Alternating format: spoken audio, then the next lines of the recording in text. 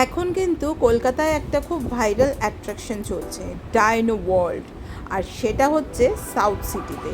তাই আর বেশি দেরি করলাম না, সামার ভ্যাকেশনও প্রায় শেষের পথে, তাই আমিও ক্রিশকে নিয়ে আর আমার হাজব্যান্ডকে নিয়ে চলে এলাম ডাইনো ওয়ার্ল্ড দেখতে।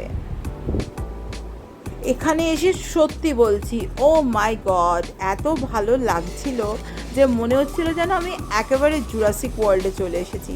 চারিদিকে নানান রকমের বিশাল বিশাল ডাইনোসর, তাদের চলাফেরা আর আওয়াজ সব কিছু যেন একদম মনে হচ্ছিল রিয়েল।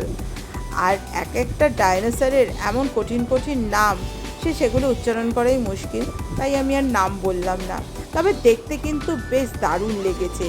ক্রিশও ভীষণ ভীষণ এনজয় করেছে, আর আমরা কিন্তু অনেক সুন্দর সুন্দর মুহূর্ত ক্যামেরাবন্দি করেছি, যেগুলো কিন্তু ডিটেলস ব্লগে অবশ্যই শেয়ার করব। আর তোমরা যারা এখনও দেখে আসোনি, তারা কিন্তু একবার পারলে নিজেদের বাচ্চাদের নিয়ে ঘুরে এসো।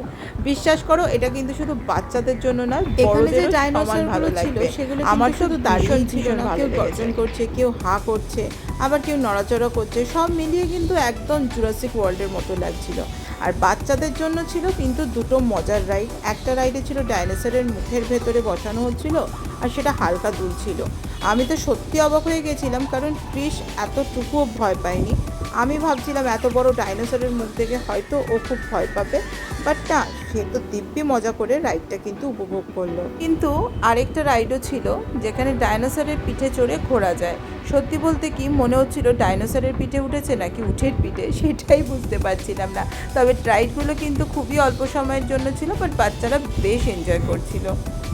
তবে একটা বিষয় কিন্তু এখানে বলার আছে, যে এখন কিন্তু এই জায়গাটা পুরোটা ঘিরে দিয়েছে এবং এন্ট্রি ফিও কিছুটা বাড়ানো হয়েছে, কারণ ডাইনো ওয়ার্ল্ড দেখতে এত মানুষ আসছিল যে আশেপাশে প্রচুর যানজট তৈরি হচ্ছিল আর রাস্তা ব্লক হয়ে যাচ্ছিল।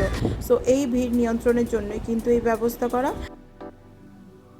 আমরা তো ডাইনো ওয়ার্ল্ডে বেশ আনন্দ করলাম। তো তোমরা এই ভিডিওটা দেখে যারা আসবে মনে করছো, চটপট চলে এসো আর কমেন্টে জানিও যে ভিডিওটা কেমন লাগলো। তো চলো, টাটা।